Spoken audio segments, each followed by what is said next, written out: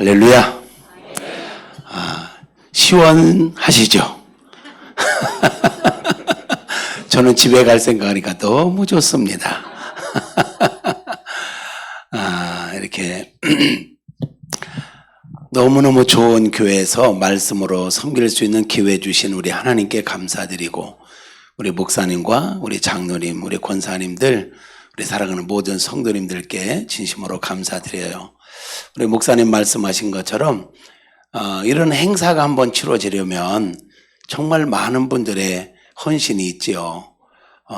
정말 보이는 곳에서 또는 보이지 않는 곳에서 여러 모습으로 섬겨주신 모든 분들 우리 하나님께서 보고 계셨습니다.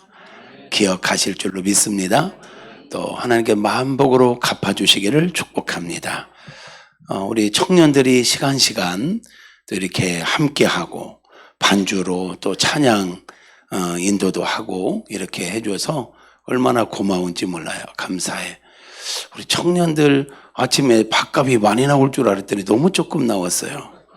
그래서 우리 청년들, 청년의 간사님, 우리 청년들, 학생들 치킨 한번 사 먹으시라고. 네. 교회에 이런 청년들이 있다는 것은 너무너무 감사한 일이에요.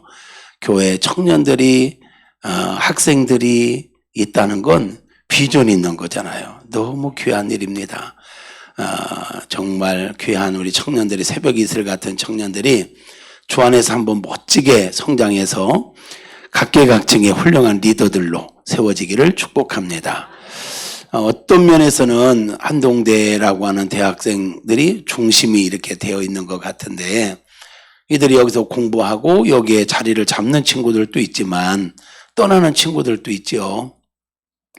그렇지만 이들이 이 너무너무 중요한 이 대학교 시절에 정말 신실하게 신앙생활을 할 수 있는, 훈련받을 수 있는 교회가 있다는 건 참 특별한 복이고, 여기서 주님을 인격적으로 만나고 신앙훈련을 잘 받고, 특별히 우리 목사님과 사모님의 강점, 진실하게, 정말 성실하게, 하나님을 향하여는 전심으로, 사람들을 향하여는 진심으로 섬기는 너무너무 귀한 목회자 우리 사모님을 통해서 우리 아이들이 정말 많은 것들을 배우게 될 것 같아요.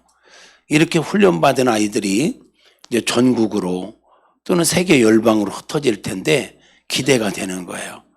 그러므로 우리 어른들은 우리 아이들 이렇게 키워놓으면 간다, 가서도 뭐 서운하다 할 게 아니에요.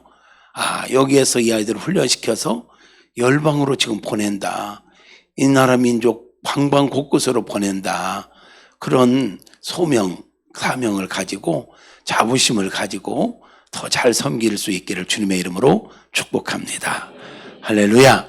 우리 청년 학생들을 위해서 박수 한번 해요. 네. 아침에 잠깐 들으니까 새벽기도 안 놓치려고 밤을 꼬박 새고 나온 친구들도 있다고 하더라고요.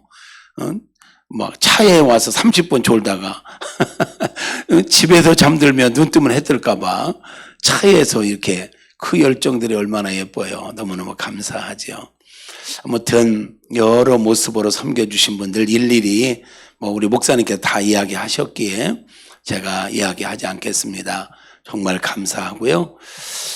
뿌려진 복음이 아름다운 열매로 이어지고 있음을 계속 듣게 되어지기를 바랍니다. 또 볼 수 있기를 축복합니다.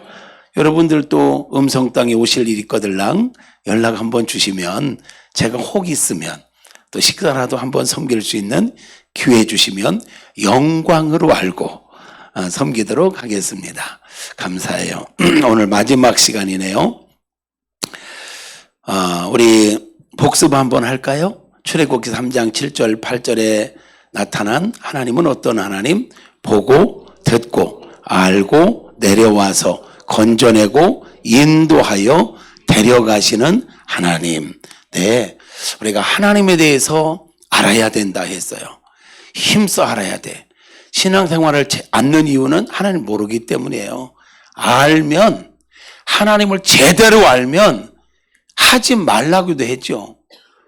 너 신앙생활하면 죽인다? 해도 죽여라. 순교당하면서도 신앙생활 하는 이유가 뭡니까? 하나님을 알기 때문에 그래요. 이후 여하를 막론하고 뭐 이런저런 일들로 시험 들 수도 있고, 그래서 신앙이 좀 식어질 수도 있고, 또 잠깐 쉴 수도 있는데, 그 또한 이유는 분명히 있겠지만 하나님을 깊이 만났더라면, 하나님을 정확하게 알았더라면 그 모든 이유들을 능가할 수 있게 될 것입니다. 우리가 이 땅에 발을 딛고 사노라면 원하든 원하지 않든 이런저런 어려움을 만날 수 있어요. 앞으로도 그런 어려움들은 올 수 있습니다. 아니, 올 것입니다. 그럴 때마다 우리가 넘어질 수는 없잖아요. 그럴 때마다 뒷걸음질 칠 수는 없잖아요. 성경에 보면, 히브리서에 보면 우리는 뒤로 물러날 자가 아니라 그랬어요. 우리는 날마다 조금씩이라도 믿음의 진보를 나타내야 할 것입니다. 의의 하나님의 전신갑주, 의의 흉배를 보면 등에는 보호막이 없어요. 앞에만 있는 거예요. 뒤돌아서면 죽는 거예요.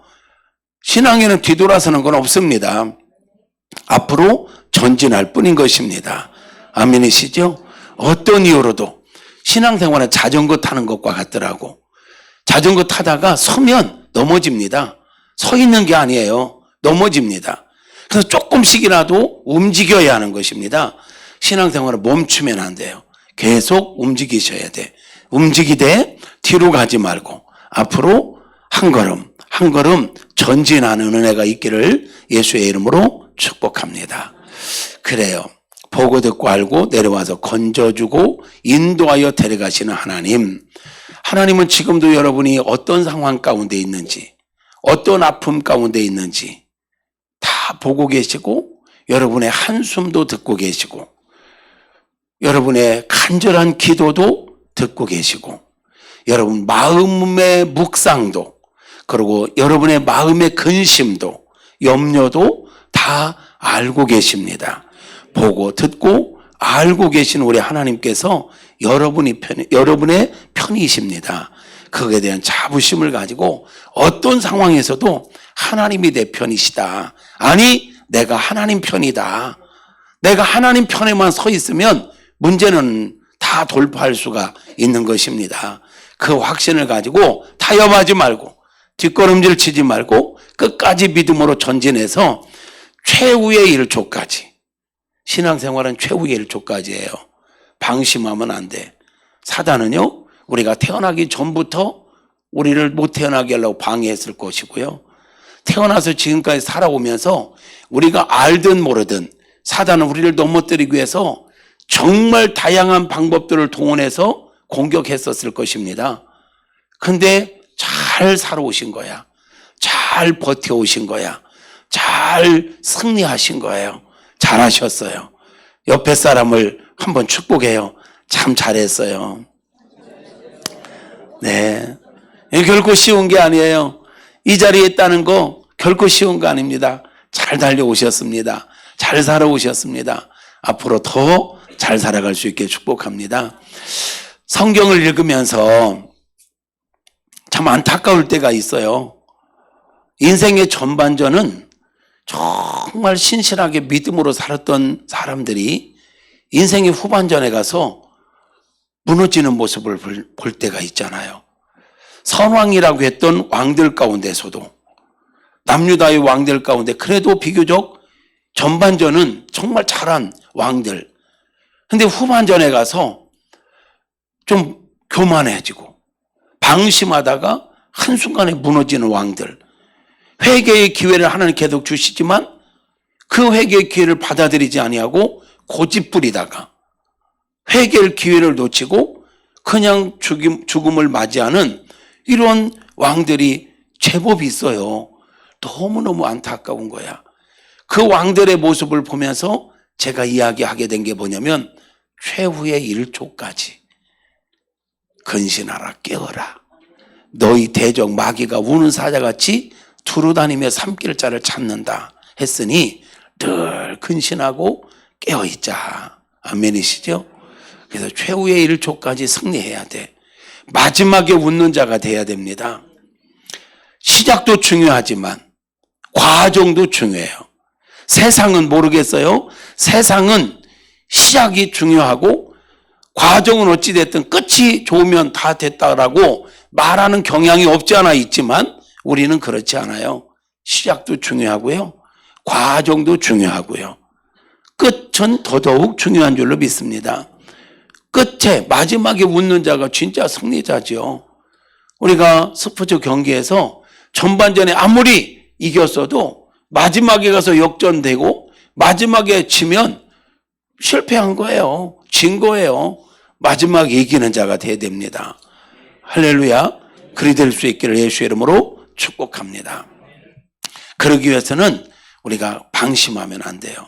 사실은 어려울 때보다 더 위험할 때가 언젠가 보니까 잘 나갈 때예요. 평안할 때예요.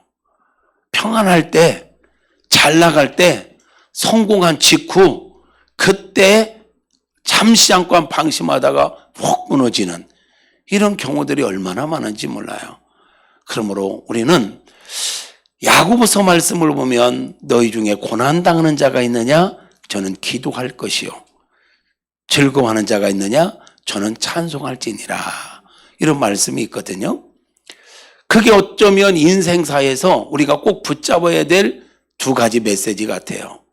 우리가 살다 보면 고난을 만납니다. 원하든 원하지 않든. 예수를 믿는 사람은 고난을 만나요? 더 통하셨네. 예수님을 믿어도 잘 믿어도 순종을 잘해도 고난을 만날 수 있어요. 이 땅에 발을 딛고 사는 동안에는 악한 원수 마귀와 공존하고 있기에 그런 어려움을 만날 수 있어요. 때로는 하나님께서 우리를 테스트하기 위해서, 때로는 하나님께서 우리를 단련시키기 위해서 고난이라는 선물을 주실 때가 있어요. 그런 고난을 만날 때는요, 사람 찾지 말고 사람 붙잡고 하소연하면 답이 없어요. 오히려 하소연하고 나면 조심스러워져요. 왜? 내가 공연히 말했나? 이게 혹 말이 돌면 어쩌지? 이런 것들 때문에 오히려 하지 않으니만 못한 경우가 많습니다. 성경은 말하네요. 도울 힘이 없는 인생들을 의지하지 말라고. 예레미야서에서는 사람을 의지하는 것은 저주를 받는다 그랬어요. 좋은 날을 못 본다 그랬어요. 어려운 일을 만났을 때, 고난을 만났을 때는 하나님 앞에 무릎 꿇는 거예요. 그 문제를 가지고 하나님 앞에 가서 우는 거예요. 하나님만이 위로자십니다. 하나님만이 도울 수 있는 분이십니다. 우리의 힘은 여호와 하나님밖에 없습니다. 그러므로 너희 중에 고난당하는 자가 있느냐? 저는 기도할 것이요. 그랬어요. 기도하는 거예요. 기도가 답인 거예요. 또 산후라면 이 바이오 리듬이 있듯이 우리 삶도요, 올라갈 때도 있고 내려갈 때도 있잖아요. 내려갔다가 또 올라가요. 그러니까 모든 게 끝났다고 생각하지 마. 이것도 지나가리라. 그런데 올라갈 때 이때 자칫 우리가 무너질 수가 있어. 교만해질 사람 참 간사합니다. 조금 어려우면 나 못 살겠다고 막 모든 거 다 잃은 사람 것처럼 막 절망하고 좌절하고 낙심하고 막 포기하려고 하는 그런 모습이 우리 안에 있어요. 그런데 뭔가 좀 잘 나가면 오만방자해지는 사람들이 있어요. 뭘 잘 나가면 자기가 지금 모든 게 자기의 실력인 줄 알아. 자기가 잘나서 된 줄 알아. 그래서 어깨에 힘이 들어가고 그러다가 한순간에 무너지거든. 그래서 성경은 경고하는 거예요. 너희가 즐거운 자가 있느냐? 저는 찬송할지니라. 이게 무슨 말이에요? 잘 나갈 때 교만 떨지 마라. 네 실력으로 된 게 아니다. 찬송하라. 이 말은 은혜의 힘을 알고 하나님께 감사하는 자가 되라는 얘기야. 그러고 보면 인생은 크게 고난이냐 즐거움이냐 둘 중에 하나잖아. 그럼 고난의 때는 기도하고 즐거운 일을 만나면 감사하고 이렇게 살면 안전한 겁니다. 그게 우리의 삶의 원칙이 될 수 있기를 바라요. 오늘 여러분의 어떤 고난 가운데 있습니까? 기도하십시오. 아멘. 즐거운 일이 있습니까? 하나님께 감사하십시오. 그래서 주님의 은혜로다. 나 된 것은 주님의 은혜로다. 이렇게 생각하며 나갈 수 있기를 예수님의 이름으로 축복합니다. 시간이 지나면 지날수록 우리 주님과 동행하는 교회가 참 기대가 돼요. 파도를 치네. 여기만 항해 있는 파도 치는 것처럼 파도를 쳐. 우리 주님과 동행하는 교회가 기대가 됩니다. 지금보다 5년 후가 더 기대가 되고 10년 후가 기대가 되고 20년 후가 더 기대가 돼요. 아멘. 누가 있기에 우리가 기대할 수 있죠? 그렇지. 첫째는 하나님이 계시니까. 둘째는 그렇지. 역시 우리 장로님이야. 우리 목사님이 계셔. 목사님 옆에는 누가 있어 또? 그렇지. 사모님이 계셔. 이 시대에 좋은 목회자를 만난다는 게 여러분 특별한 복인 거 아시죠? 네. 목사님이 계셔서 소망이 있어. 근데 목사님과 사모님만 갖고는 안 돼. 누가 있어서 우리 교회가 소망이 있어요? 빨리 얘기해. 우리 누구? 우리 장로님이 계시니까 소망이 있어요. 어떻게 계속 할까? 옆에 사람 바라보며 그대가 있어서 우리 교회에 소망이 있습니다. 그래요. 정말이시죠? 네. 칭찬해 주니까 여러분 얼굴이 환해졌다는 거 아세요? 네, 여러분 우리는 하나님을 만나기 위해서 성경을 봅니다. 그렇죠? 우리는 하나님을 만나고 싶어서 하나님의 뜻을 알고 싶어서 성경을 봅니다. 근데 저 밖에 계신 분들은요, 하나님 만나고 싶은데 성경을 안 봐요. 누구를 보는 줄 아세요? 예수 믿는 여러분을 봅니다. 예수 믿고 구원받은 여러분의 표정을 봅니다. 여러분의 말소리를 듣습니다. 저들은 우리의 표정 속에서, 우리의 말 속에서 하나님 보기를 원합니다. 우리는 걸어다니는 전도지요. 우리는 걸어다니는 예수님의 편지입니다. 너희는 세상의 빛이라 소금이라 했죠. 자세히 보면 바울 서신을 보면 너희는 그리스도의 향기라 그랬어요. 너희는 그리스도의 편지라 그랬어요. 그래요. 우리는 하나님을 더 깊이 알기 위해서 성경을 보고 설교 말씀을 듣습니다. 그러나 세상 사람들은 성경을 읽지 않아요. 물론 읽는 사람도 있죠. 설교를 들을 기회가 별로 없어요. 그런데요, 저와 여러분의 표정을 바라보며, 저와 여러분의 삶의 모습을 바라보며, 내가 당신을 보니 하나님이 어떤 분인지 알겠습니다. 내가 당신을 보니 하나님은 사랑이시군요. 내가 당신을 보니 하나님은 용서하시는 분이군요. 하나님은 모든 사람을 귀하게 여기시는 분이로군요. 라고 이해할 수도 있고 반대가 될 수도 있어요. 그러니 여러분은 공인들이십니다. 뭐라고요? 네. 그러므로 여러분은 어디를 가도 그저 혼자 나는 그냥 평범한 사람이야 이렇게 생각하지 말고 여러분이 인정하든 인정하지 않든 주변 사람들이 여러분은 크리스찬이라는 걸 알 겁니다. 그러면 크리스찬에게는 기본적으로 기대하는 게 있습니다. 우리를 보고 있다고요. 주목하고 있다고요.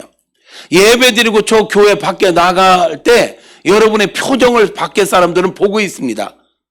여러분이 예배드리고 나가면서 막 찡거려 치고 막 씩씩거리면서 나가면 저 교회 뭔 일 있나? 이럴 것입니다. 근데 막 저 밖에 나가서 막 할렐루야 하면서 하하호호 막 하면 저 교회 다니는 사람은 뭐가 저렇게 좋을까? 요즘 웃을 일이 뭐가 그렇게 있는데 저들은 저렇게 행복해 보일까? 그런 생각을 하거든요. 그럴 때 예수 믿으세요. 예수 믿으세요. 할렐루야.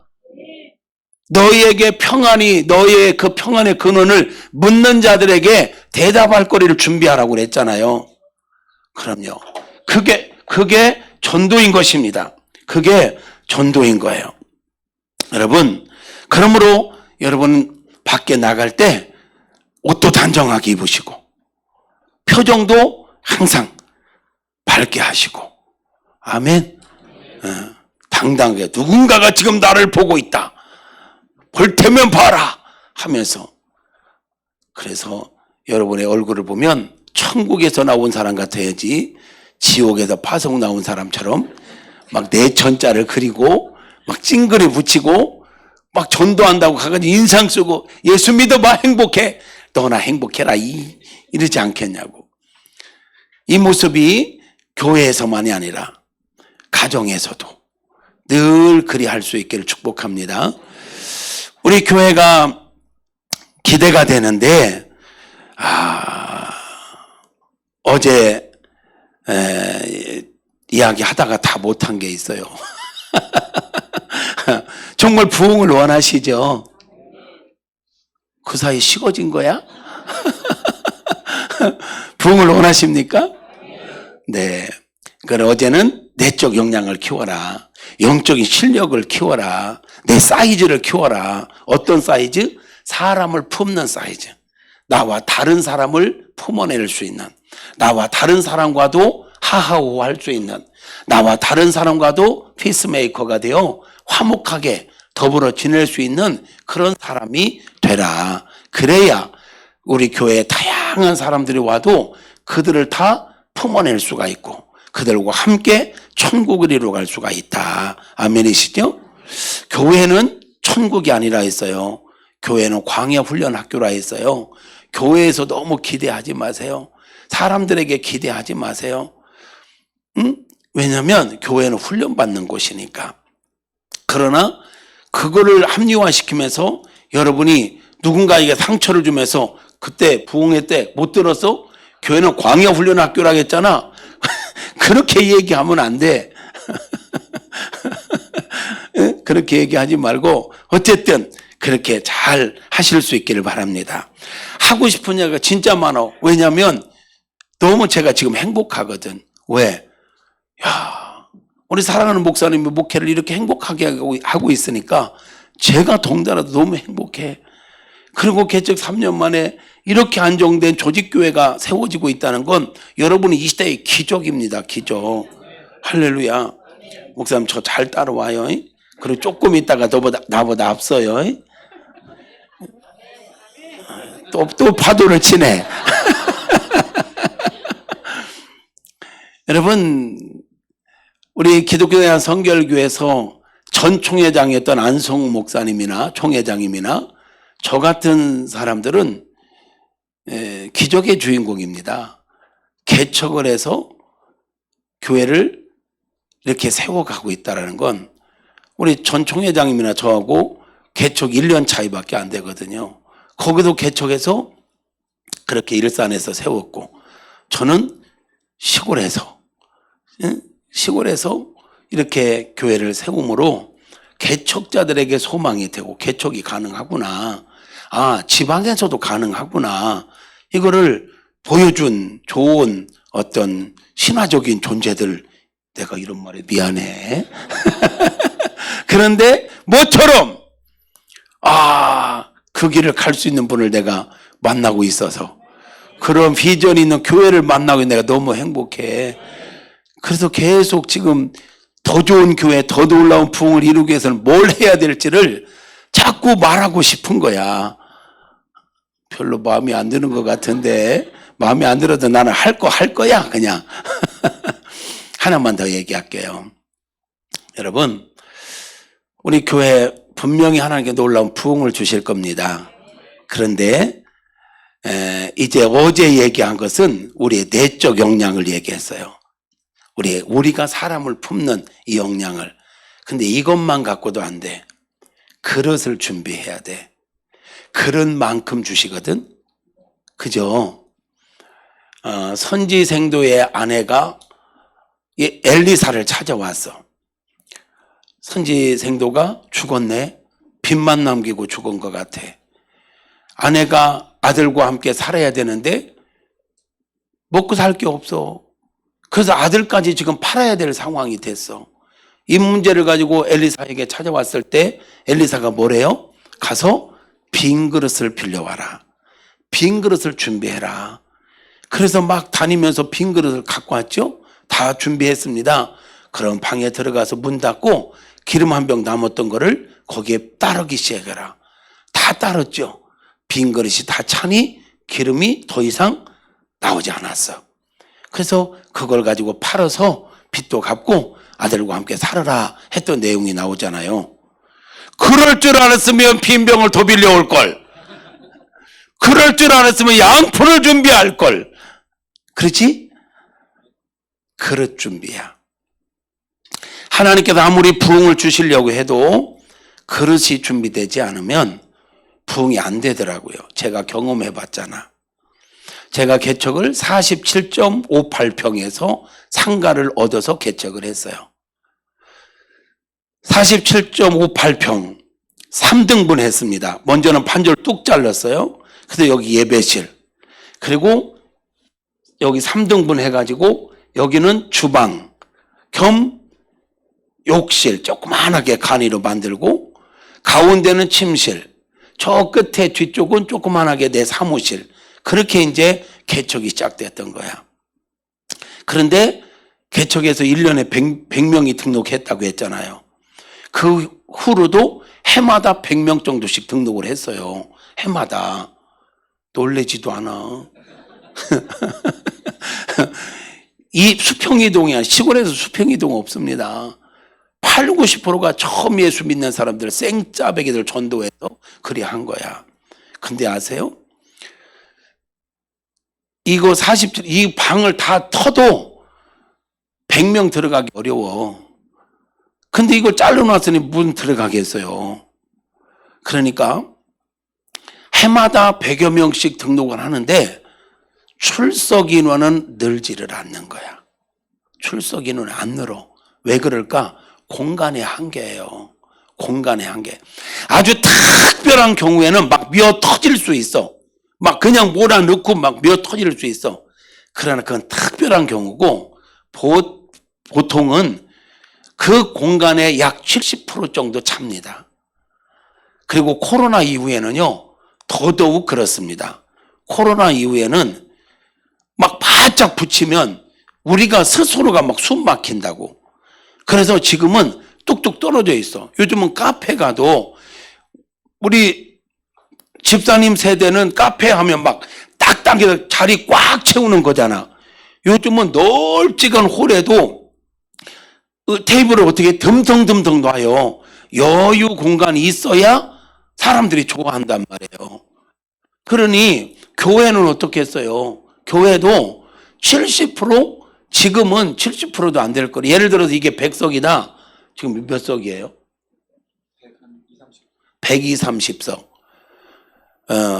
그러면 여기에 약 70명, 80명 정도 들어오면 적당한 거야. 그 정도 들어오면. 예를 들어서 여기 120석이야? 그럼 120명 들어오면 답답할걸? 숨 쉬는 것도 힘들을걸? 여러분 스스로 느낌이. 그러면 계속 보내줘도 늘어날 수가 없는 거예요. 이건 당연한 거예요. 당연한 거. 근데 지금은 또 시대가 거실 문화고 카페 문화고 로비 문화입니다. 그죠? 예배실은요, 인원이 넘치면 2부, 3부 부스를 늘려서 돌릴 수 있어. 그런데 휴게 공간이 안 돼. 식당, 카페, 아이들이 뛰어놀 수 있는 공간, 이런 거는 피할 수가 없어요. 그게 있어야 돼. 사실은 예배실은 좀 작아도 같이 어울릴 수 있는, 친교가 안 되면 교회는 드라이합니다. 친교 공간이 반드시 있어야 됩니다. 그게 이제 식당 같은 그런 여유 공간들, 아니면 로비, 이런 카페, 이런 공간이 반드시 있어야 되거든요. 이 시대에 어딜 가도 그거는 기본 아닙니까?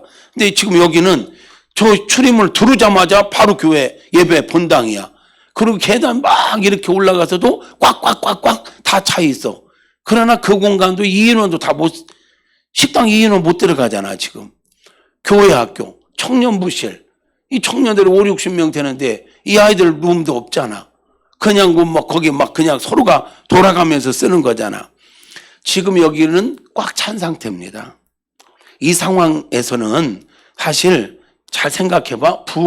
우리가 부흥을 원하지만 하나님께서 100명만 더 보내주셔도 될까? 얼마나 복잡할까? 그럼 하나님 100명 보내주셔도 받을 그릇이 안 되는 거예요. 이해되세요? 준비해야 합니다. 공간을 만들어내야 돼. 보니까 옆에도 땅 비어있대. 이 뒤쪽도 비어있고. 일단은 땅을 사야 돼. 땅 사시고 일단은 땅 사고 급하면 천막 치면 돼. 하우스 다 만들면 돼. 하우스 만들고도 얼마든지 뭐 요즘은 그냥 임시적으로는 하우스 재밌어. 저는 우리 장로님 한 분이 땅을 좀 헌신하셨어요. 조금 외곽에. 코로나 막 전에 땅을 헌신하셔서 그래서 제가 거기다 하우스 쳤잖아. 하우스 만들어서 하우스. 그리고는 거기에다가 바베큐 파티장을 만드는 거야. 글램핑장처럼 바베큐 파티장 만들어서 남전 뭐 기관별로 구역별로 거기 가면 그냥 바베큐 할 수 있도록 그냥 솥단지 막 큰 거 이런 거 솥뚜껑 가스 막 이거 네모난 거 몇 개 완전히 세팅을 한 거예요. 몇십 명이 가도 그냥 할 수 있는 그런 공간을 이 교회는 또 교회대로 심플하지만 또 요즘은 뭐 글램핑이라도 이런 거 캠핑을 워낙 많이 하는 시대니까 그런 거를 해놨죠. 근데 코로나가 왔잖아. 교회에서 못 모이게 하잖아. 그건 좀 외곽이야. 산 쪽이야. 그래서 거기로 모여라 그랬지. 그래서 하우스에 모여가지고 기도회 했잖아. 하우스에 모여가지고 옛날 감성을 느끼며 하우스에 줄 맞춰 의자 하니까 한 100석 나오더라고. 100석. 그래서 거기 산속에 들어가서 기타 치면서 막 금요 기도회를 거기서 했어요. 그 재밌다니까. 지금 당장 예를 들어서 바로 이 옆 땅을 사서 싹 밀고 정리 좀 하고 아이들을 위해서 뭐 방방이라도 하나 놓고 하우스에서 이렇게 테이블 놓고 뭐 이래 하면 우리 아이들 우리 청년들 마음껏 거기서 놀 수 있는 그리고 우리 이 남자들은 뭐라도 구워 먹고 해야 재밌어 해. 그 바베큐라도 하게끔 해봐봐. 그럼 남자들 주로 모여가지고 하고 청년들 모여서 하고 얼마나 좋아요.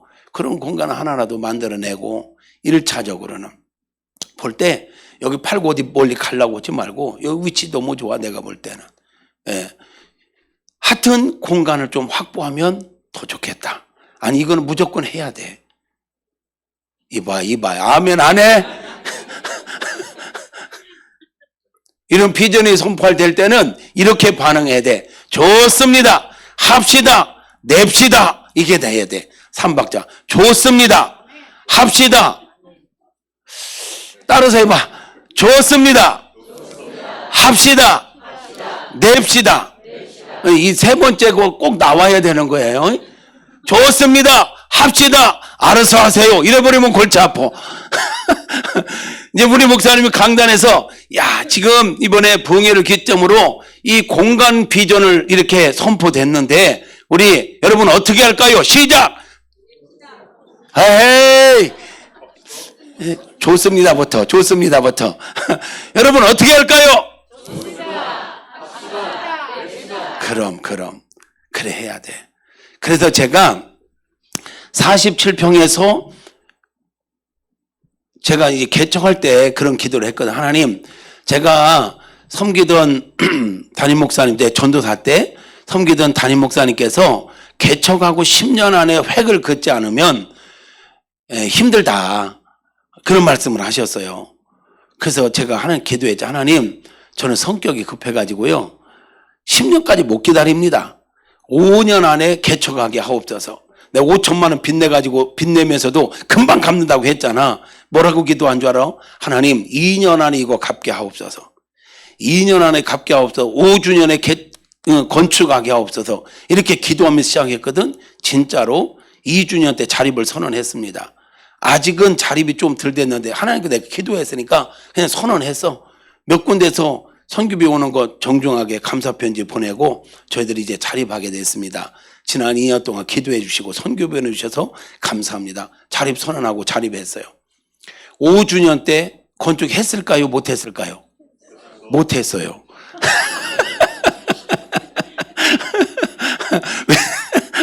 땅은 샀는데 진입로 300 몇 평 진입로를 기부 체납하래. 땅도 빚으로 샀는데 기부 체납을 하라는 거야. 내가 볼 때는 농로가 있는데 이거 길이 있을 것 같은데 이 기부 체납하라는 거예요. 그런 거 농로 있으면 돼요? 안 돼요? 시청에 계셨으니까 알잖아. 아 몰라?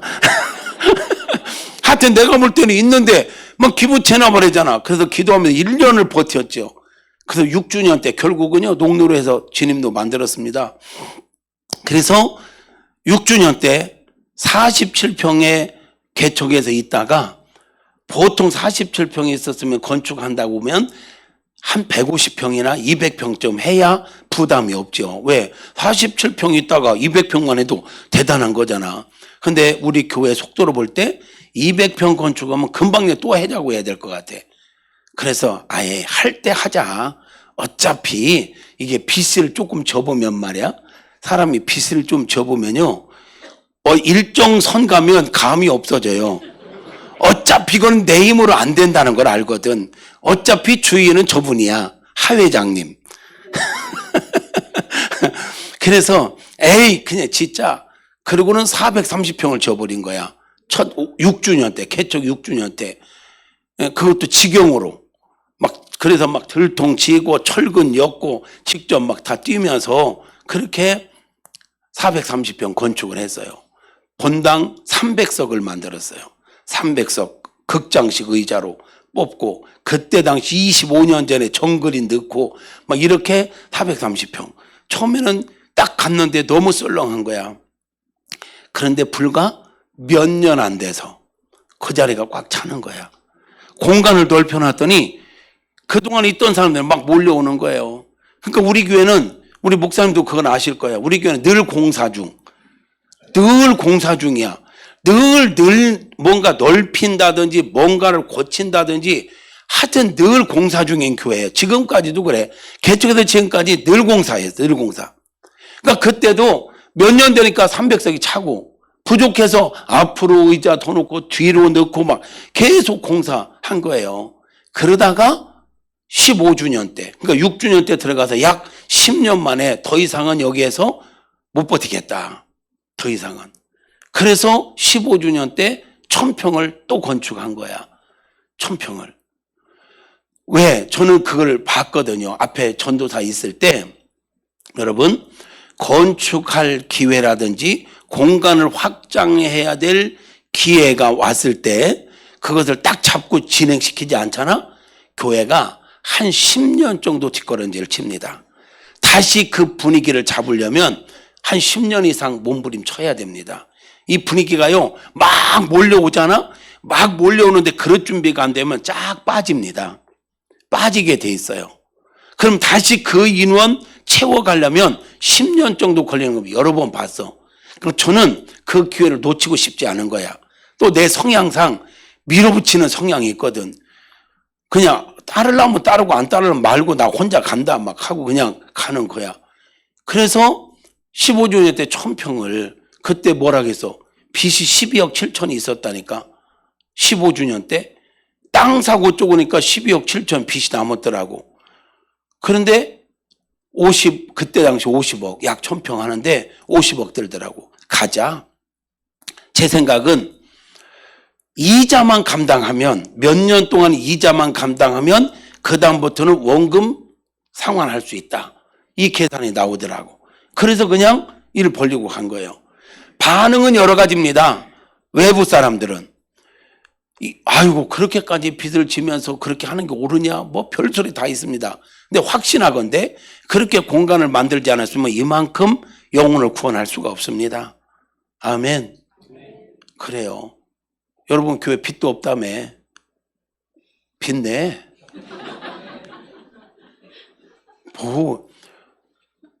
난 은행에서 지금도 문자 와. 돈 쓰라고. 쓰는 것만 내 돈이요. 근데 너무 무리는 하지 말고 땅 사는 정도는 무리 안 돼. 이 인원이면 넉넉합니다. 겁먹지 마세요. 주인은 우리 하나님이십니다. 할렐루야. 그렇다고 해서 자기들 헌신 안 하면 안 돼. 자기들이 할 거는 해야 돼. 아멘이시죠? 한번 힘껏 해서 한번 이제 심사숙고하시고 작전기도 하시고 우리 목사님과 장로님과 이 리더 그룹들이 심사숙고하시고 기도하면서 타이밍 잡고요. 진짜 도전이, 저는 그래서 목회가 뭐냐라고 묻는다면 제가 몇 가지 대답하는 게 있어. 목회가 뭐냐 해보니까 종합예술이더라고. 목회는 종합예술이야. 설교 잘한다고 교회 부흥하는 게 아니야. 기도 많이 한다고 부흥하는 게 아니야. 착하다고 부흥하는 게 아니야. 착하기로 말하면 이 양반 따라갈 사람 없어. 근데 착하다고 부흥하는 게 아니야. 가만히 있어. 착하다고 부흥하는 게 아니야. 전도 많이 한다고 부흥하는 게 아니야. 이게 다 있어야 돼. 그래서 목회는 종합예술이다. 이 쉽지가 않아. 기대치가 또 있어. 그 다음에 목회가 뭐냐? 도전하는 것이다. 뭐라고요? 여러분, 목회뿐만이 아니에요. 믿음은 도전하는 것입니다. 왜 신앙이 정체되는지 아세요? 도전하지 않기 때문입니다. 보세요. 도전하는 거예요.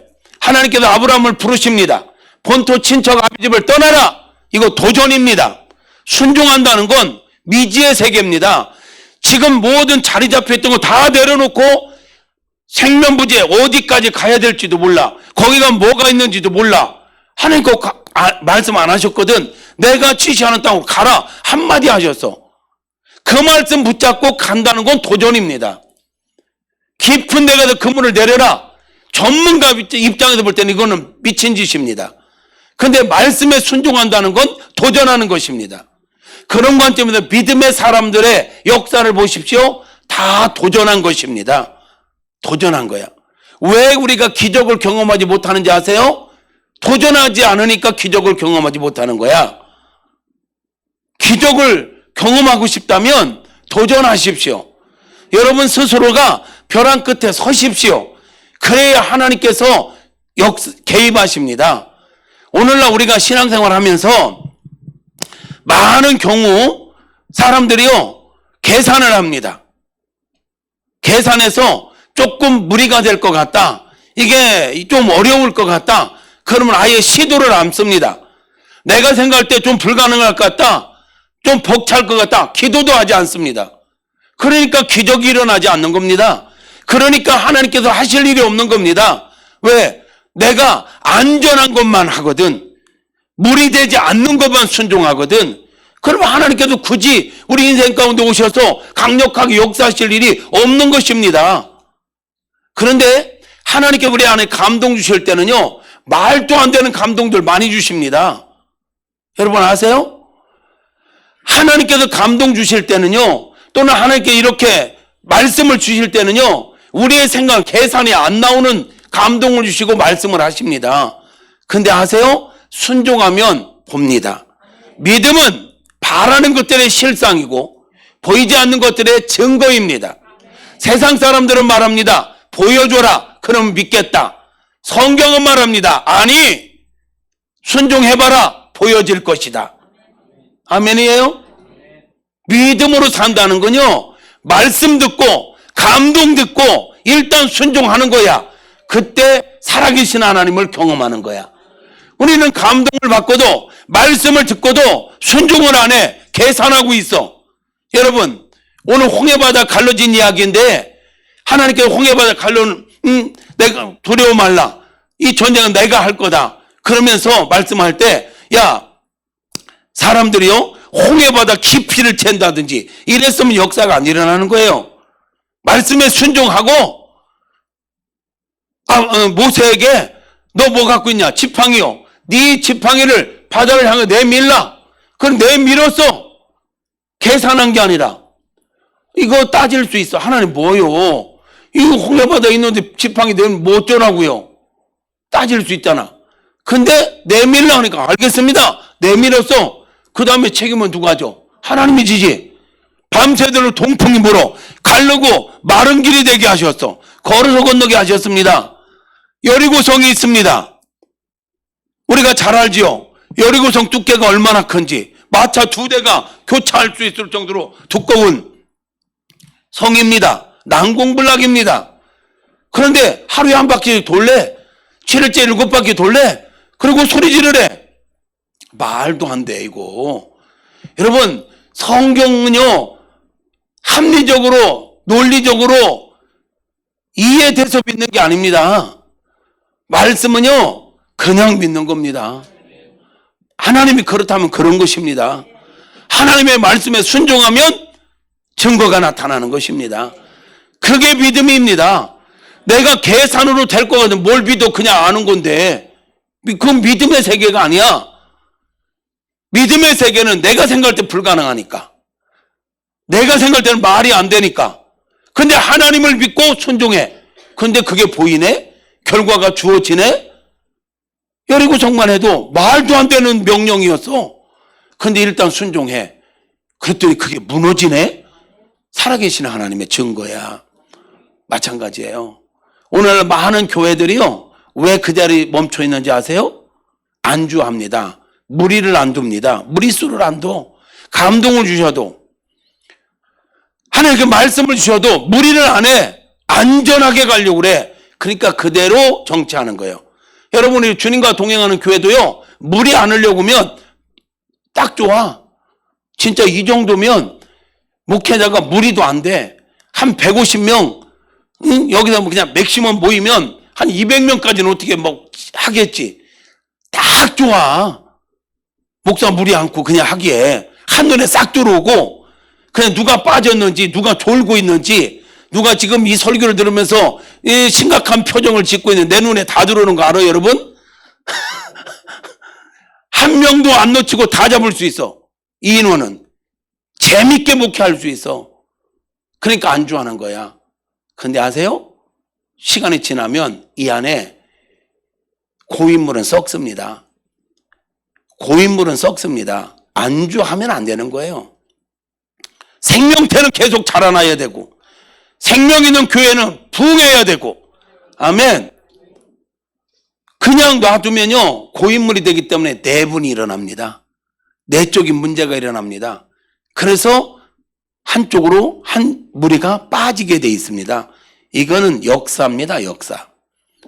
그러면 또 그만큼 채우고 또 빠지고, 이거 하다가 종칩니다. 이거 하지 않으려면 끊임없이 전진해야 되는 것입니다. 끊임없이. 우리 교회가 30년 동안 싸울 정신이 어디 있어. 일하기 바쁜데. 이해돼요? 교회는 적당히 빚이 있어야 돼. 왜? 그래야 딴짓 안 해. 우스갯소리가 아니야. 교회 돈이 남아 있잖아? 반드시 문제가 생깁니다. 딴짓들을 합니다. 빚이 있잖아? 긴장 바짝 합니다. 담임 목사님 나부터 딴짓 안 해요. 긴장합니다. 하나님 뜻대로 집중합니다. 건강할 수 있는 비결입니다. 할렐루야.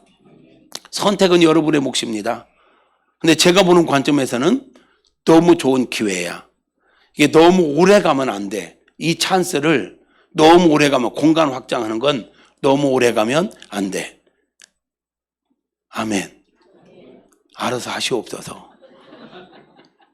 하나님께서 어쩌면 내려오시는 하나님인데, 이행규 목사, 여러분, 단순히 우리 사랑하는 목사님이 나오라고 한다고 온 거는 아니에요. 그냥 막 다닐 정도로 제가 여유 있지는 않아요. 하나님, 가야 될까요? 하나님 왜 부르시죠? 하나님 사람을 통해 일하시잖아. 하나님 저를 통해서 하실 일이 있어 부르시는 거잖아. 그에 대한 확신을 갖고 온 거예요. 그렇기 때문에 저는 자신 있게 설교를 하는 거예요. 왜? 하나님께서 나를 통해서 하실 말씀이 있어서 세웠다고 믿기 때문에 사람 눈치 보지 않고 하나님 주시는 감동 따라 그냥 하는 거예요. 원고대로 지금 하는 게 아니라 감동 따라서 하는 거예요. 할렐루야. 알아서 하시기를 바랍니다. 한 가지 더, 서비스. 너무 잘하려고 하지 마세요. 뭐라고요? 이건 또 뭔 소리야? 여러분, 너무 잘하려고 하지 마. 진짜 부탁하건대. 교회가 왜 시끄러워지는가 보니까요, 너무 잘하려고 하다가 시끄러워져. 이해하세요? 너무 잘하려고 하지 말고 바르게 하세요. 하나님의 원칙대로 하세요. 잘하려고 하면 인간의 욕심이 들어갑니다. 어떤 행사를 해도 잘하려고 하면 싸웁니다. 왜냐하면 자기 생각대로 이렇게 해야 잘하는 거야, 이렇게 해야 좋은 열매 있어, 자기 목소리를 내고 자기 고집을 내세웁니다. 잘하려고. 저는 우리 교회에서 잘하려고 하지 마세요. 절대로 잘하려고 하지 마세요. 제가 얼마 전에 설교한 게요, 뭐냐면 제가 목회를 하고 선교지에 가서 있었던 일인데요, 막 우리가 최선을 다해서 막 준비하고 뭐 어쩌고 저쩌고 해도요, 딱 어떤 생각이 드냐면 우리가 하는 모든 것들이 소꿉장난하는 것 같아. 애기들 소꿉장난하는 거 있잖아. 막 소꿉장난하면서 의사놀이도 하고 막 그러잖아요. 가짜 청진기 갖다가 대고 막 주사 놓는다고 가짜 주사기 갖다가 막 놓고 막 이런 거 있잖아. 소꿉놀이. 여러분, 막 소꿉장난하면서 애들이 그냥 재밌게 놀면 되는 거잖아. 그 진짜도 아닌데. 근데 소꿉놀이 하면서 막 싸운다고 생각해봐. 그 아주 역사적 사명감을 갖고 싸운다고 생각해봐. 그 소꿉놀이 하면서 뭐 역사적 사명감을 갖고 싸울 일이 뭐 있어. 그냥 둥글둥글하게 넘어가고 그냥 넘어가면 되는 거지. 재밌게 놀면 되는 거지. 근데 제가 선교지 가서 작년에 우리 선교팀들과 철저하게 준비하고 막 뭐 했는데 언뜻 생각나요. 야, 이거 우리 소꿉놀이 하는 거다. 우리가 한다고 했지만 계획대로 안 되는 게 너무 많아. 선교지에서는 변수가 너무 많거든. 그런데 하나님은 하나님의 일을 하시더라고. 하나님은 하나님의 손해보지 않는다니까. 하나님은 그 속에서도 하나님이 원하셨던 일을 다 하시더라고요. 그래서 그래, 내가 계획된 한 대로 우리가 준비한 대로 안 된다고 막 스트레스 받고, 아니 이렇게 준비했는데 왜 이거 이렇게 안 해요? 하고 막 스트레스 받고 싸우고 한다면 무슨 의미가 있겠어요. 그러니까 저는 경상도는 아싸란 걸 좋아하지. 근데 여기 자기들은 아싸라지도 않은 것 같아. 그럼 우리 충청도는요, 좀 미지근합니다. 저는 도대체 저는 뭐 속에 뭐 들어있는지 모른다고 그래. 그래요, 여러분? 여러분 담임 목사 보면 알아. 저 충청도 부여입니다. 그래서 저는 좋은 게 좋은 겁니다. 그러나 나는 내 할 대로 다 합니다. 근데 어쨌든 이거 저는 교회에서 절대 큰 소리 나는 거 원치 않아. 뭐 내가 계획한 대로 내가 생각한 대로 뭐가 안 된다고 막 너무 자기 주장하지 마라. 너무 잘하려고 하지 마라. 그렇게 안 해도 하나님께서는 교회를 교회되게 하시고 하나님의 뜻을 이루어 가신다. 김장할 때 보면요, 어떤 교회 김장하다 말고 싸운다는 거 알지? 김장하다 말고 싸워. 젓갈을 넣어야 되냐 안 넣어야 되냐. 전라도 쪽은 젓갈을 꼭 넣어야 돼.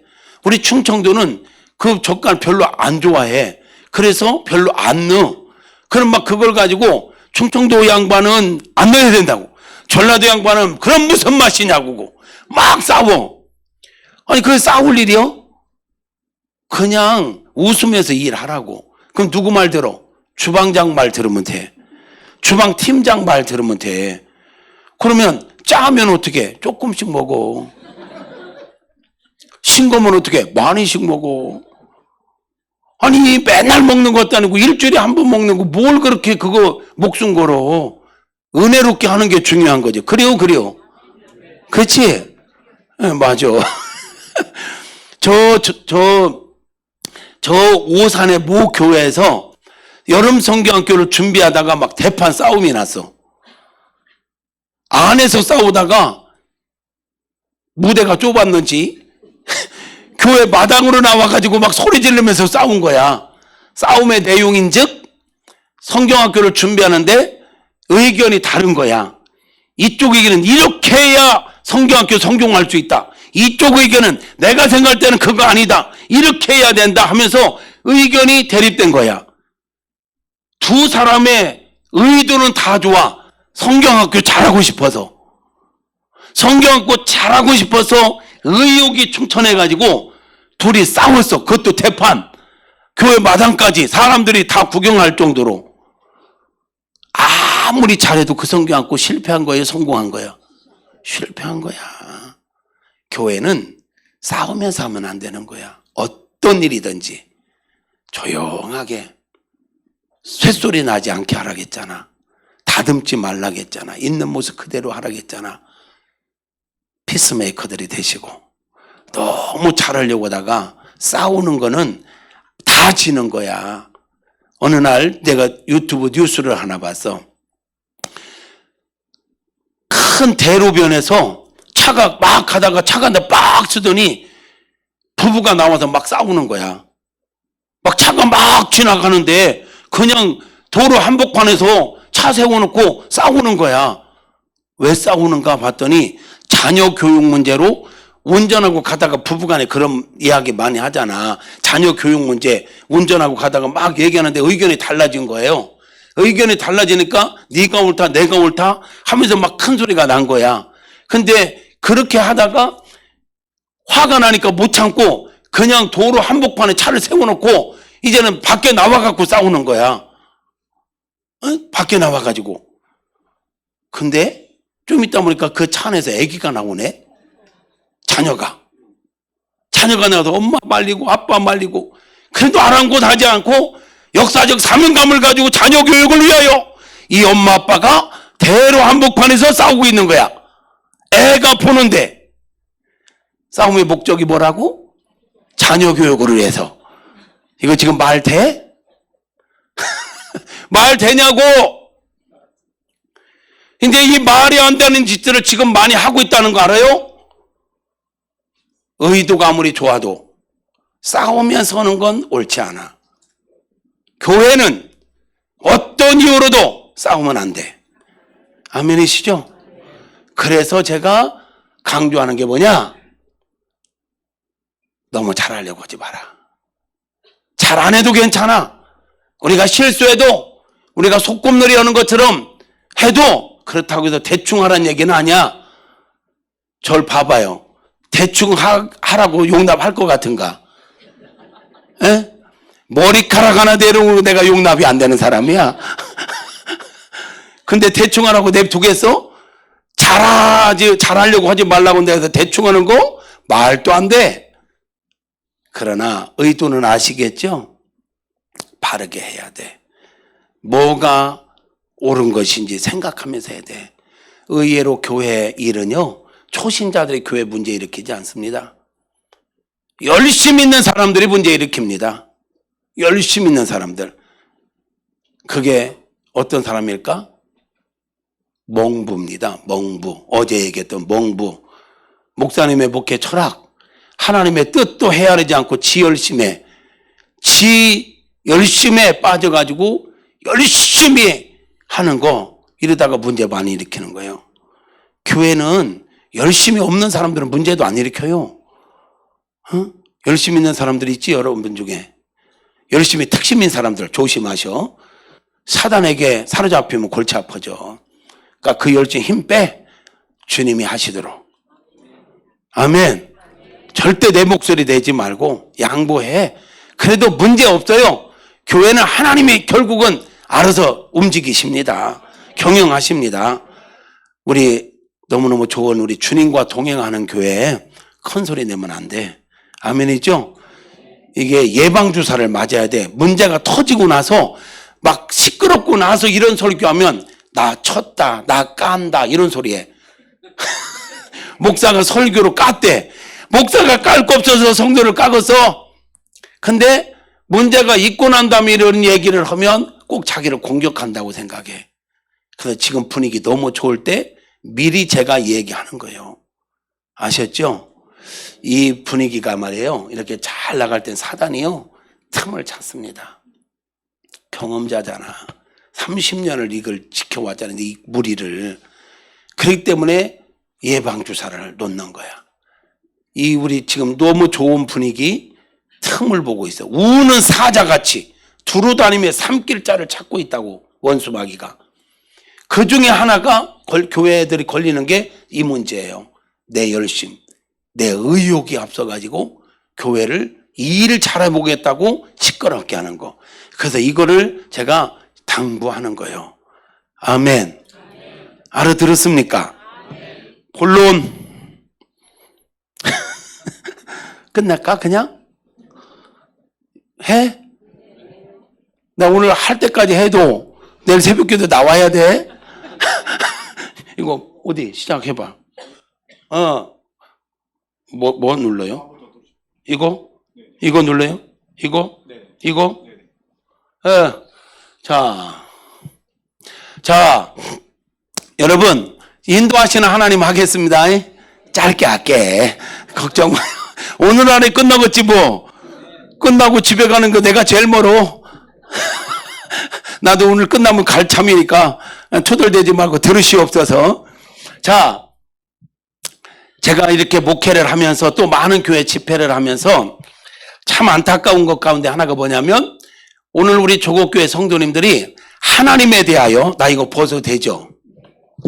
대답 안 해도 벗을 거야. 그냥 봐.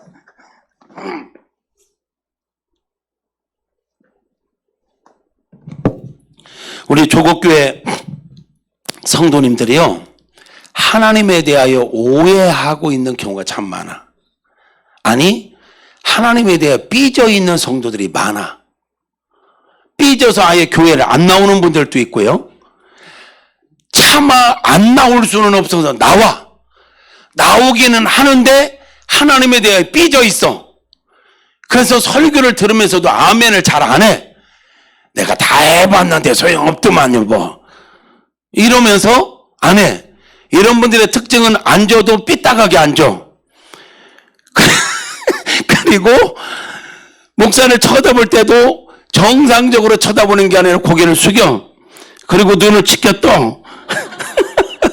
이건 째려보는 거야. 아니면 이렇게 쳐다봐. 나 같은 사람은 내성적이라 앞에 서 있는 것 자체가 상당히 지금 부담스러워. 사람들 나 왜 이 얘기면 이렇게 안 믿지? 나 내성적이라고. 앞에만 서면 막 땀나는데 이렇게 쳐다보잖아? 등줄기가 서늘해. 좋게 말할 때 고개를 들어라. 눈을 똑바로 쳐다보고 약간 미소를 짓고 그 고개도 끄덕끄덕 하면서 가끔 노매 이러지 말고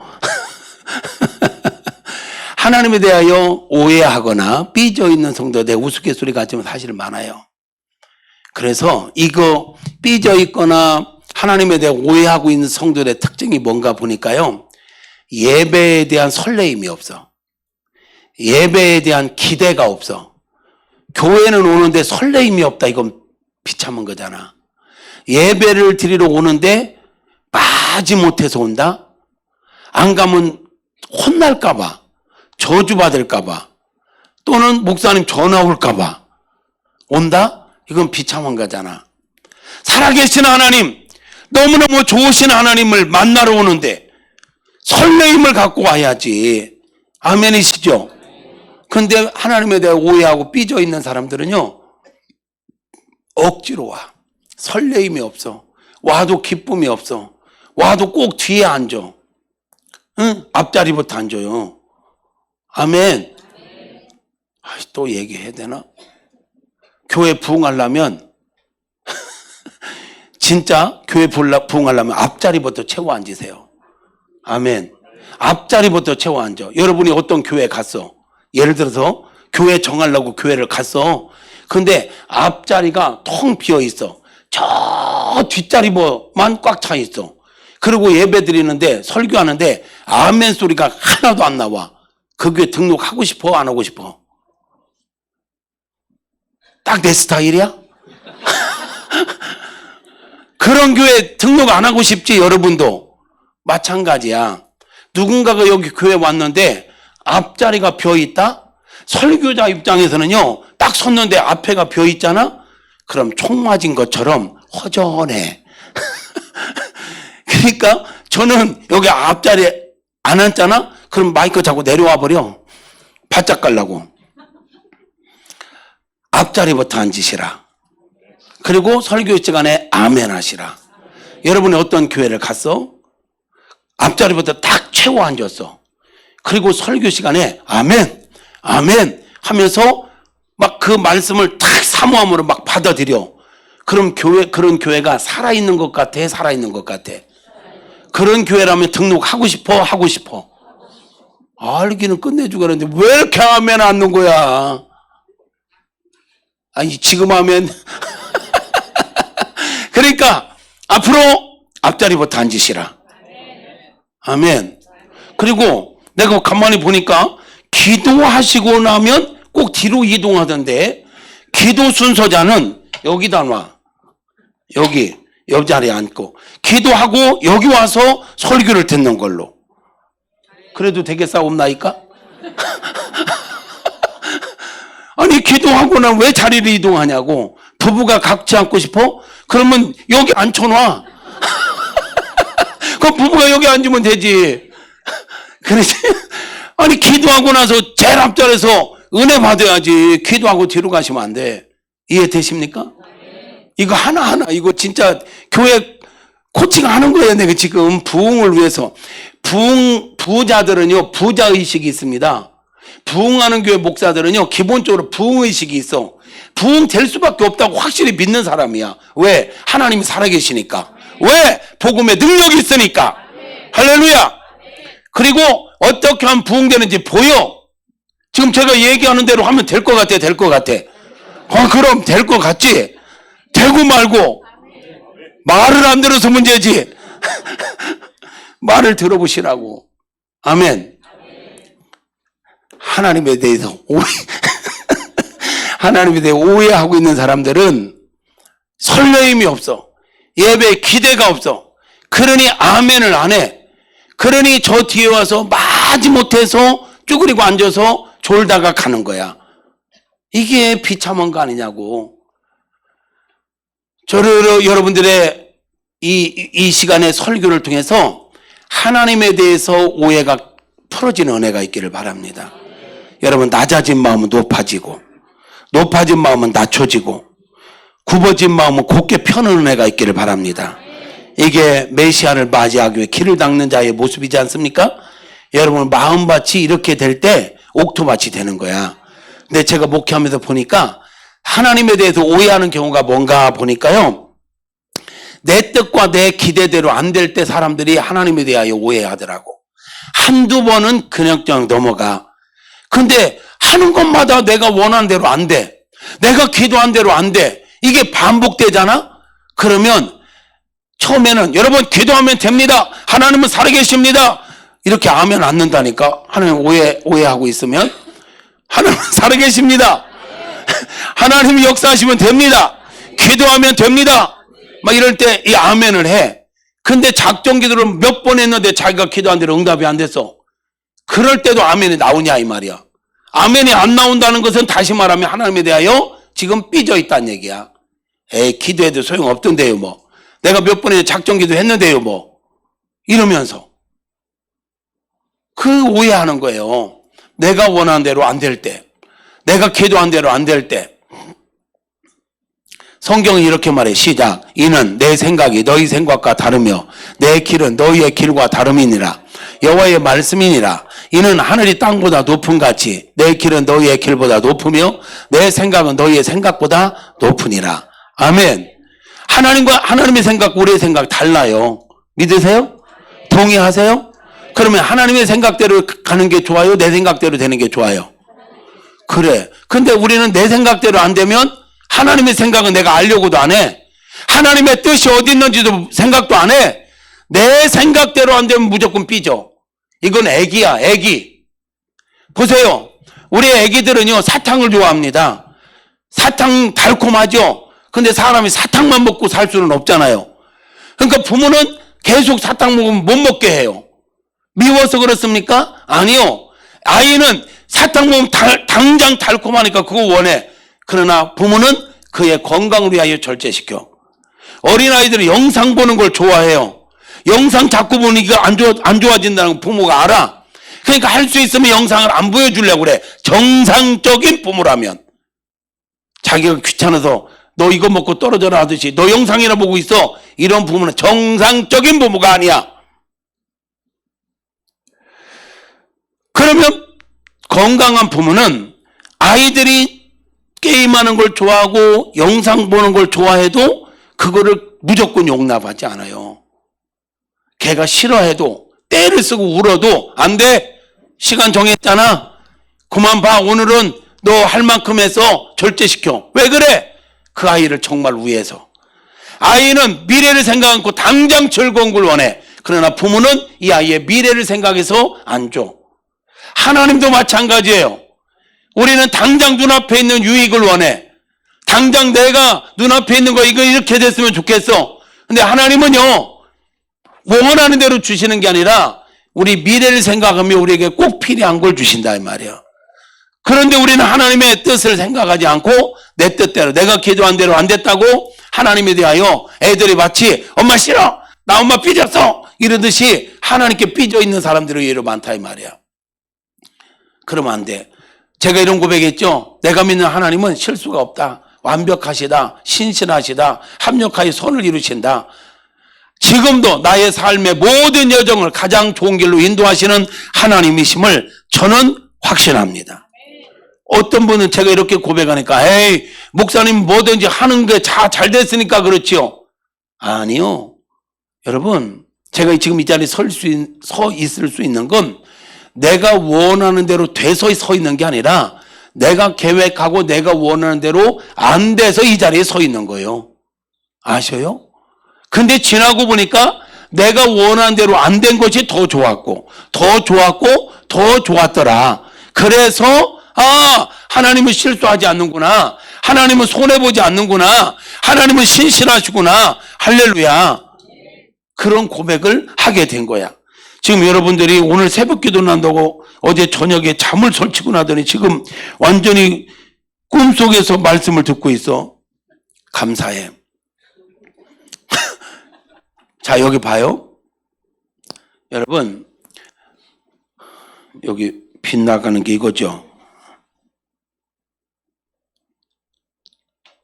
안 되는데?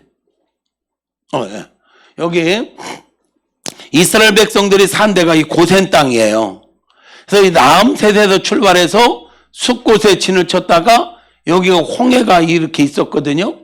이 홍해를 건너서 이게 이스라엘 백성들의 가데스 바네에 갔다가 여기서 부정적인 보고들을 함으로 뺑뺑이 돌렸죠. 그래서 40년 광야 생활을 하죠.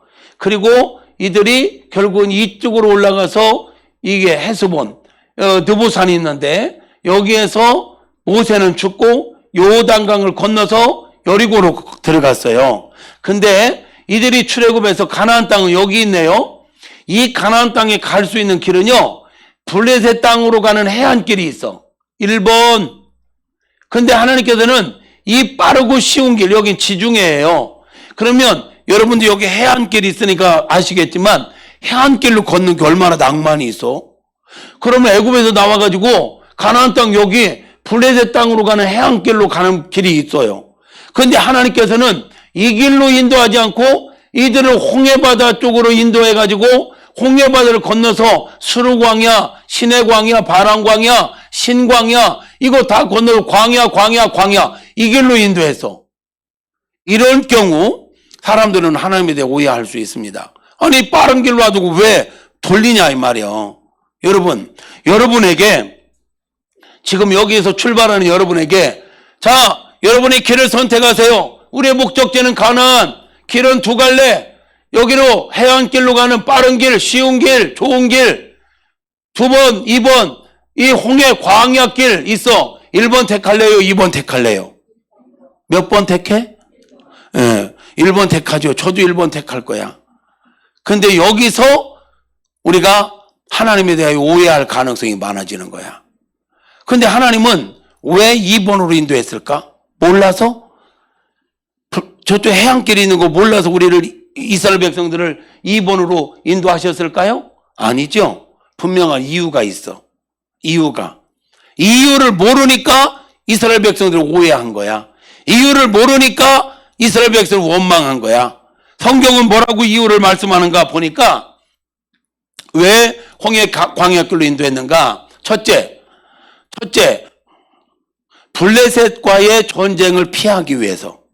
성경이 이렇게 말해. 시작. 바로가 모세를 보낸 후에 블레셋 사람의 땅의 길은 가까울지라도 하나님이 그들을 그 길로 인도하지 아니하셨으니 이는 하나님이 말씀하시기를 이 백성이 전쟁을 하게 되면 마음을 돌이켜 애굽으로 돌아갈까 하셨음이라. 그러므로 하나님이 홍해 광야길로 돌려 백성을 인도하심에 이스라엘 자손이 애굽 땅에서 대열을 지어 나올 때 그래서 하나님도 블레셋 사람의 땅의 길은 가까웠다는 걸 아셔. 그죠? 가까울지라도 하나님이 그들을 그 길로 인도하지 않았대. 이는 왜냐면 왜 빠른 길을 아시면서도 그 길로 인도하지 않았냐면 이유가 뭐냐? 이 백성이 전쟁을 하게 된 마음을 돌이켜 애굽으로 돌아갈까 하셨음이라. 그랬어. 무슨 말이냐면요, 지금 그 빠른 길은 어디를 반드시 거쳐야 되냐면 블레셋 땅을 거쳐야 돼. 근데 블레셋 족속은 당시에 철기 문화 시대를 누리고 있던 때야. 철병거로 무장하고 있어. 군대가 완전히 조직화돼 있어. 그에 비해서 이스라엘 백성은 지금 종살이 하다가 얼떨결에 지금 나왔어. 이들이 그 블레셋 땅으로 지나가려고 하면 블레셋 사람들이 땅을 내줄까 안 내줄까? 안 내줄 가능성이 많아. 왜? 몇십 명 지나가는 것도 아니고 남자 장정만 60만 명이야. 지나간다고 해놓고 거기에 그냥 주저앉으면 어떻게 하겠어? 그러니까 절대 길을 안 내주지. 절대. 그러면 그래도 오겠어? 그럼 싸운다고 달려들어. 그러면 애굽의 군인들에게 엄청 시달렸던 이들이 군인들이 무장하고 달려들으면요 은매 기죽하고 도망가게 돼 있어. 그러니까 다시 말하면 하나님은 이 백성들의 기질을 너무 잘 알아. 상황을 너무 잘 알아. 이 백성들 한 치 앞도 모르는데 하나님께서는 지금 몇 수 앞을 보고 계시는 거야. 그러니까 이들에게는 이게 감당이 안 돼. 그래서 하나님께서 아예 조금 더디더라도 돌려서 안전하게 가자 이렇게 인도하신 거예요. 아멘. 이건 오늘날도 마찬가지입니다, 여러분. 하나님께서 우리는 늘 빠른 길, 쉬운 길, 편한 길을 원해. 근데 때로는 하나님께서 빠른 길, 쉬운 길이 아니라 홍해 광야길, 고난의 길로 우리를 인도할 때가 있어. 하나님 진짜 나한테 왜 그러세요? 내가 뭐 잘못했어요? 하고 막 따질 때가 있거든. 근데 우리가 한 치 앞도 몰라서 그렇지 내가 원하는 그 빠른 길이 다 좋은 것만은 아니단 말이에요. 이런 함정들이 있단 말이에요. 그것을 아시는 하나님께서는 때로는 내가 원하지 않지만 홍해 광야길로 우리 인생의 여정을 인도할 수 있다. 그래서 인도하시는 하나님의 인도를 받는 우리의 입장에서 가져야 될 가장 중요한 게 뭐냐? 하나님에 대한 절대 신뢰야. 상황이 어땠든 하나님을 신뢰하는 게 가장 중요한 거예요. 아멘. 어제 제가 이런 질문했어요. 여러분 믿음의 근거가 뭐냐? 내 기분이냐 감정이냐 아니면 상황이냐 아니면 하나님의 말씀이냐 내지는 하나님의 속성. 하나님은 기본적으로 신실한 분이죠. 하나님은 기본적으로 사랑이 많으신 분이죠. 하나님은 기본적으로 여러분을 사랑하시는 분이죠. 그거에 대한 믿음이 흔들리지 않아야 되는 거예요.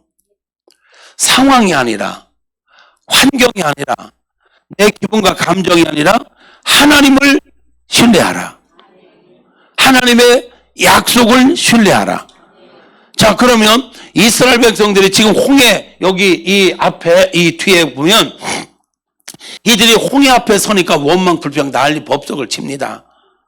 애굽에 매장지가 없어서 우리를 죽이려고 여기로 데리고 나왔냐 하면서요 난리를 칩니다.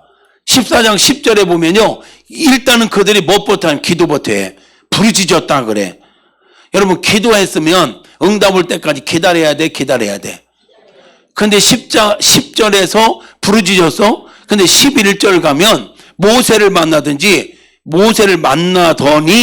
뭐라고 그래? 왜 우리를 데리고 나와서 죽이려고 하냐? 원망 불평해. 그럼 앞에서 기도한 거는 진짜 전심으로 기도한 거예요? 그냥 형식적으로 한 거예요?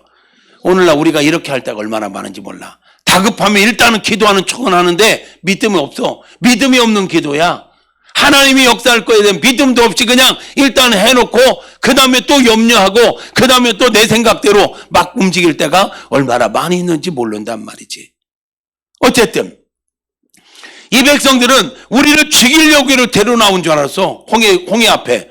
그런데 하나님께서는 죽이려고 데리고 나온 게 아니라 이런 깊은 뜻이 있어서 그들을 그 길로 인도하셨더라. 그러므로 우리는 지금이 왜 제가 인도하시는 하나님에 대해 좀 더 이런 자료까지 갖고 나왔냐면, 지금 우리는 예수 믿고 구원받은 자로서 하나님의 인도를 받으며 살거든요. 하나님의 인도는 다 다양해. 우리 장로님이 받는 인도, 제가 받는 인도, 우리 권사님이 받는 인도, 목사님이 받는 우리 형제가 받는 인도 다 달라. 근데 원칙은 하나야. 하나님께서 우리를 인도하시되 가장 좋은 길로 인도하신다. 크게 아멘 하세요. 하나님의 선택은 언제나 베스트. 진짜로 아멘입니까? 이 원칙만 고수하면 돼. 그럼 이게 분명하면 이런 상황을 만나든 저런 상황을 만나도 우리는 감사해야 돼. 하나님 진짜로 믿는다면, 하나님을 진짜로 믿는다면 하나님께서 요셉을 애굽으로 노예로 팔려가게 했어. 그래도 감사하는 거야. 모함받아 감옥에 갇히게 했어. 그래도 감사하는 거야. 왜? 하나님은 신실하잖아. 하나님 실수 없잖아. 실수 없는 그분이, 보고 듣고 알고 계신 그분이 요셉을 팔려가도록 내버려 두신 것은 그를 팔려가지 않도록 도울 힘이 없어서 내버려 둔 거야. 다 알면서 내버려 둔 거야. 알면서 내버려 둔 거잖아. 근데 그때 당시 요셉은 이거 이해하기가 어려웠을걸? 하나님 나한테 비전을 주시더니 왜 이래요? 이럴 수 있잖아. 근데 요셉은 감사하게도 하나님 오해하지 않았어. 이유는 모르지만 하나님 뜻이 있을 거야 하면서 그걸 믿음으로 받았다니까. 감옥에 갇혔어. 거기서도 오해하지 않아. 믿음으로 받아. 이게 요셉의 믿음으로 산다는 건 바로 그렇게 사는 거예요. 근데 오늘날 우리는요, 내가 원하는 대로 안 되고 내 인생길에 좀 어려운 일을 만나잖아? 그러면 하나님께 먼저, 하나님 진짜 왜 그러세요? 내가 뭐 잘못했다고? 이러고 따질 때가 많다니까. 하나님 오해할 때가 많다니까. 그러므로 우리가 어떤 어려움을 만나도 우리가 기본적으로 가져야 될 게 뭐라고요? 하나님에 대한 믿음이 흔들면 안 된다. 하나님의 선택은 베스트다. 하나님은 언제나 우리를 가장 좋은 길로 인도하신다. 나도 내 자녀들에게 할 수만 있다면 자녀들에게 좋은 것 주고 싶고 좋은 길로 인도하고자 하는 게 부모야. 하물며 부족한 우리도 자식에게 좋은 걸 주려고 하는데, 좋은 길로 인도하려고 하는데, 완벽하신 하나님께서 우리에게 고난 주는 게 뭐 좋아서 주겠어요? 그 고난이 필요하니까 고난을 주는 거지. 그러면 고난을 믿음으로 반응하면 고난을 통해서 하나님의 뜻이 이루어져. 그런데 고난 받을 때 하나님 뜻을 생각하지 않고 불평하고 원망하고 낙심하면 고난은 고난대로 받고 얻는 거는 하나도 없는 거야. 고난이라는 레슨비는 냈는데 내가 얻은 건 하나도 없어. 고난이 고난으로 끝나. 근데 고난을 받을 때 믿음으로 반응하잖아. 고난이라는 레슨비 대신 우리는 축복의 씨앗을 뿌린 거가 되는 거야. 합력하여 선을 이루시는 하나님의 역사가 올 거단 말이에요. 깨닫는 은혜가 있을지어다. 할렐루야. 예. 그러니까 어떤 상황에서도 감사하는 거야. 감사로 반응할 수 있게 축복합니다. 네. 두 번째는요, 왜 광야길로 인도했는가 보니까 하나님의 영광을 드러내고 모세의 리더십을 세워주기 위해서. 왜냐하면요, 아직도 첫째, 이스라엘 백성들도 자기들의 출애굽한 이 역사가 하나님의 인도하심이라는 사실에 대해서 확신이 없어. 이게 우연인가? 이게 웬일이야? 뭐 이러고 있어. 애굽 바로와 애굽 군대도 하나님께서 주도하신다는 것에 대한 아직 확신 없어. 그러니까 또 쫓아나오는 거야. 그래서 이건 하나님의 역사다. 분명한 목적을 가지고 인도한 것인 것을 드러내기를 원해. 두 번째, 모세가 하나님이 세운 종인 것을 이 백성들이 알아야 돼. 왜? 앞으로 광야 생활하려면 지도자가 하나님 세웠다는 것을 믿어야 그 리더십에 순종하는 거거든. 우리 주님과 동행하는 교회가 우리 담임 목사님이 하나님께서 많고 많은 목사들 가운데 딱 꼭 필요한, 딱 맞는 목사님으로 인정해서 이 교회에 세우신 줄로 믿습니다. 여러분들이 이 믿음을 가져야 하나님이 세운 목사님이야. 우리를 위해서 하나님이 세우셨고, 하나님께서 나와 여러분들을, 하나님께서 나를 우리 주님과 동행하는 교회로 불러주셨다, 보내주셨다 확신하는 게 중요한 것은, 그래야 우리 목사님과 하나가 될 수 있고 우리 교회를 통한 하나님 비전을 이루어갈 수가 있는 것입니다. 그래서 하나님께서도 모세의 리더십을 세워주세요. 이 사건을 통해서, 홍해 도화 사건을 통해서. 왜냐하면 이 모세에 대한 리더십을 인정하지 않으면 광야 생활하는데 죽을 수밖에 없거든. 하나님은 모세를 광야 이미 훈련시켜서 어떻게 광야에 살아남는지를 알거든. 그러니까 모세 말을 들어야 돼요, 들어야 돼요. 들어야지. 그러니까 하나님께서 봐요. 성경이 뭐라고 하냐면, 시작. 내가 애굽 사람들의 마음을 완악하게 할 것인즉, 계속.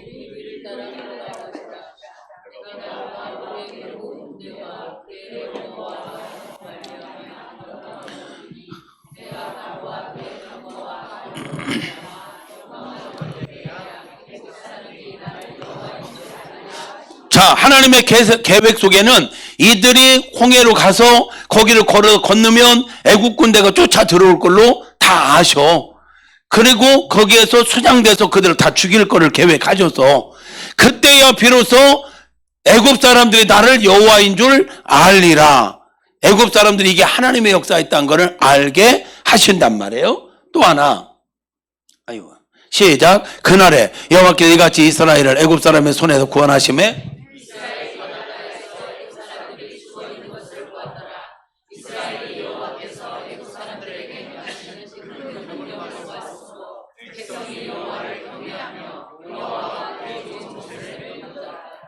여기에서 하나님께서 당신이 하신 일임을 이 백성이 알게 하셨고, 모세가 우연히 나온 사람이 아니라 하나님 세운 종인 걸 알게 된 거야. 여러분 봐요. 하나님 인도하심이 그냥 하는 게 아니라니까. 한 걸음 한 걸음 이들을 지금 다 교육시키고 있는 거라니까. 13장, 14장, 15장, 16장 계속 사건들이 있거든. 그게 다 하나님 교육 프로그램이었어요. 광야 훈련학교 커리큘럼이었다고. 근데 하나님이 자기들을 훈련시킨다는 걸 모르니까 뭐해? 원망해. 문제를 만날 때마다 원망하고 낙심하고 돌 들어서 모세를 치려고 그래. 오늘날도 마찬가지야. 하나님은 실수하지 않아. 하나님 여러분 사랑하셔요. 아멘. 여러분을 기대하고 있어요. 그래서 여러분을 훈련시키는 거거든. 근데 여러분들이 어떤 어려움을 만나면 이걸 훈련으로 받아들이지 않고 오해를 해버려. 하나님 나 미워하나 보다. 왜 나에게 이런 일이 있어? 이러면서 이스라엘 백성들과 똑같이 반응해. 낙심하고 절망하고 목사 원망하고. 이러면 아무 일도 일어나지 않아. 그냥 고난받고 끝나는 거야. 여러분, 우리는 출애굽기를 보면서요, 이걸 봐야 되는 거야. 아, 하나님의 계획을 모르면, 하나님의 뜻을 모르면 오해하고 내 인생이 더 망가지는구나. 이해되세요? 하나님 분명히 이런 목적을 가지고 인도하고 계시다니까. 또 하나, 바로 군대를 심판하시려고. 바로 군대를 심판하시려고. 왜요? 애굽의 이스라엘 백성들이 애굽에서 고난받게 된 거는 사실 시작은 하나님께서 하신 거야. 왜? 상황배열이란 말을 했죠. 하나님께서 이스라엘 백성들이 이 땅에서는 더 이상 못 살겠다 하게 하기 위해서 애굽 군대, 애굽 바로의 마음을 강팍하게 하고 고역을 시켰단 말이야. 그런데 좀 너무 심하게 했어. 그러니까 하나님께서 이것들 봐라. 너무 심하게 했네. 그래서 그들을 심판해야 돼. 생명을 너무 경시했어. 애굽이. 그래서 하나님께서 심판해야 돼. 그리고 당신의 백성들이 지금 맺힌 게 많아. 애굽에 너무 짓밟혔거든. 근데 그 원수를 못 갖고 그냥 나오고 말았어. 그럼 두고두고 이게 한이 돼. 그러니까 하나님께서 이들의 묵은 체증을 풀어줘야 돼. 그래서 이들을 홍해바다로 유인해가지고 거기서 그간의 이들의 이 악행을 심판하시는 거야. 그 심판의 장소로 이스라엘 백성은 이걸 모르고 여기가 자기들의 무덤인 줄 알았어. 애굽에 매장지가 없어서 우리를 여기로 데려와서 여기서 죽게 하려느냐 그랬잖아. 그런데 하나님은 아니야. 자기들의 매장지가 아니라 자기들을 그렇게 괴롭혔던 애굽 군대의 매장지로 계획하셨던 거야. 이해돼요? 하나님 원수의 목전에 우리에게 상을 베푸시는 분이거든. 이렇게 좋으신 분인데 그분의 그 깊은 뜻을 모르고 우리는 내가 원하는 대로 안 된다고 오해할 때가 얼마나 많은지 몰라. 그러지 맙시다. 그러지 맙시다. 더 이상 추격하지 못하도록. 제가 아는 바로는요, 이들이 그대로 출애굽하잖아. 그 가나안 땅 가잖아. 내비를 두면 가나안 땅까지 쫓아와서 또 잡아갈 사람들이야. 왜? 여러분 이런 생각 해봤어? 10가지 재앙을 만나면서도 바로가 왜 이스라엘 백성을 그렇게 안 놔주고 싶었을까? 남자 장정만 60만 명이었어요.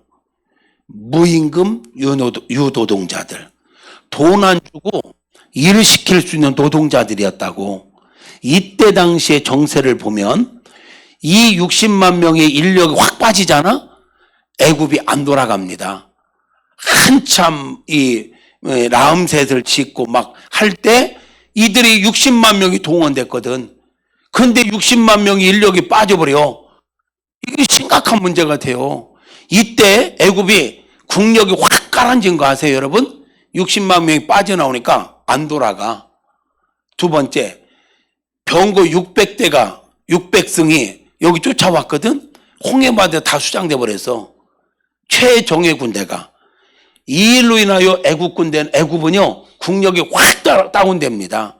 망조였어요. 처음부터 하나님의 말씀, 모세를 통한 하나님의 말씀을 듣고 순종했더라면 10가지 재앙 안 만났지. 그리고 이런 심판도 안 받았을지도 몰라. 그런데 말씀에 순종하지 않고 거역하다가 10가지 재앙으로 초토화돼서, 그리고 60만 명은 빠져나가서, 그리고 나머지 군대까지도 힘을 다해서 모아왔다가 여기서 다 수장돼서, 그래서 애굽이요 초토화돼 버린 거예요. 여기서 우리는 배워야 돼요. 하나님의 말씀에 하나님 주신 기회를 놓치면 손해본다. 이해되세요? 깨닫는 은혜가 있기를 축복합니다. 하나님께서는 저와 여러분을 사랑하시기에 우리를 공격하는 자들 하나님 그냥 안 둡니다. 그래서 결국은 이들이 심판받게 만드는 거예요. 미안해요. 오케이. 네. 안 읽어도 되겠죠? 네. 출애굽기 다 읽어봐. 거기까지. 끝. 문제 앞에서는 그냥 넘어가겠습니다. 결론.